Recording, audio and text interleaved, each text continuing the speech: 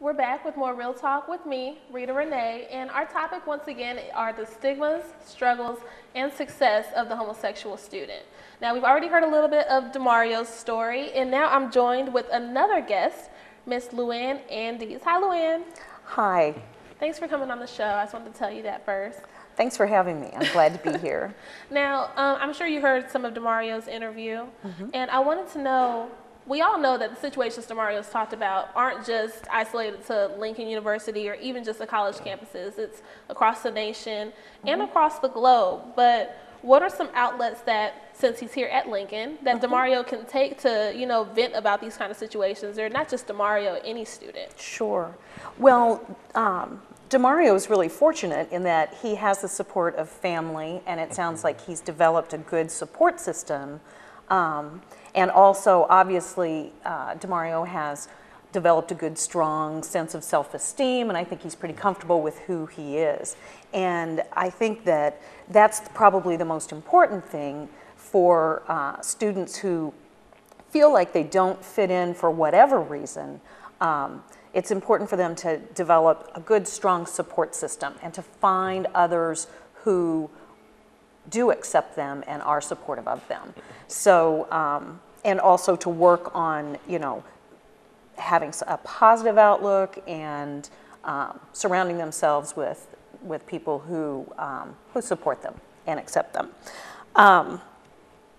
Also, having access to mental health services can be helpful, and being willing to seek those services if they're available. And Lincoln offers counseling services.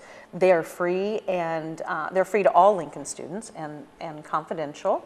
And that is, and so counseling services if needed, if a student or a young person is struggling, that is always a good resource for them. There's also, there are campus resources, local, community Jefferson City resources, and then statewide and national resources in the form of hotlines or helplines. There's an LGBTQ helpline, and I can provide you with that number. There's also an organization in Jefferson City called PFLAG, which is Parents and Friends of Lesbians and Gays, and it meets at the Unitarian Church here in Jefferson City. And that's a welcoming environment for gay and lesbian students. I also wanted to make sure that you're aware of a resource that we have on Lincoln campus. It's suicide prevention training.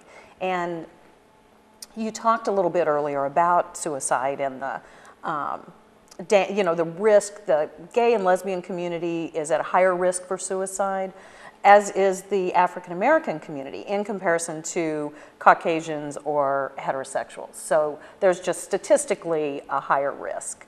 And Lincoln has a website called asklistenrefer.org, and it's a suicide prevention training program, and it also has a listing of resources for all students that they can access. So if a student's not really comfortable coming and talking to a counselor, or maybe not ready to come out and talk to their friends, there are these hotlines and helplines that they can call as well.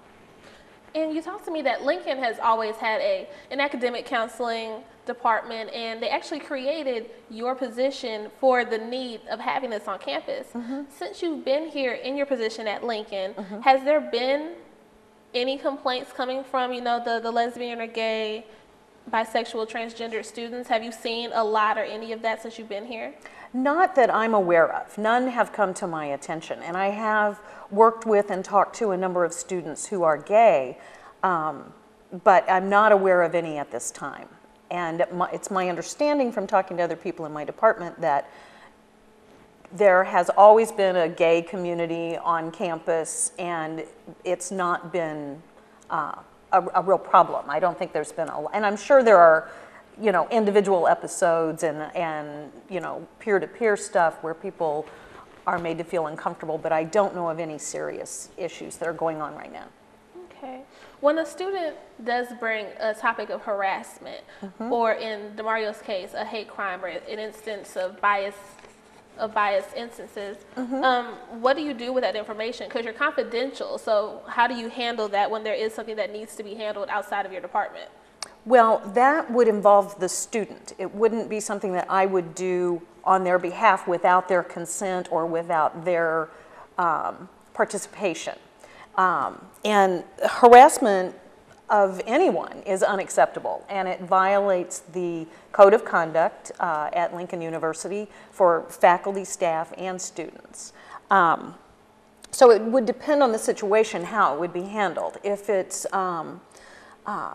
threats or stalking, or if it's peer on peer, then that would go through the resident directors and through the and up through the channels through student affairs. If if it involves faculty or staff, then that would also be handled. Then there's the protocols within each department. So it would go through the department head, then it would go to student affairs, and be handled that way.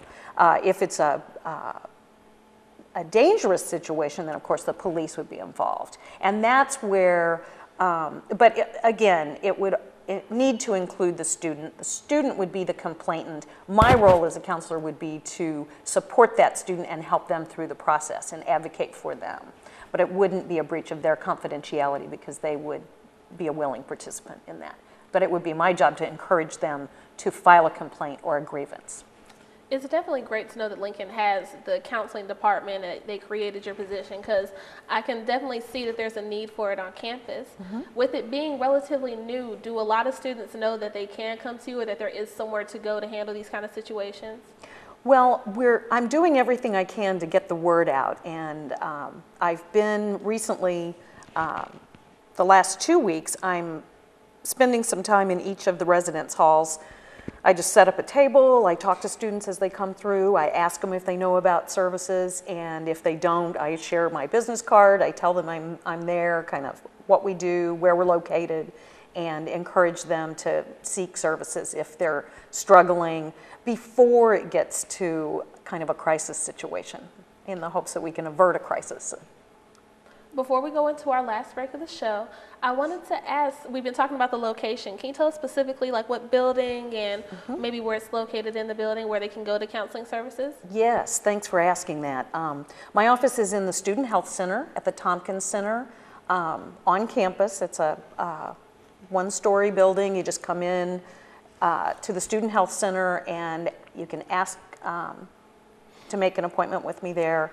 I can be contacted by phone, and I can schedule my own appointments, and my number is 681-5164.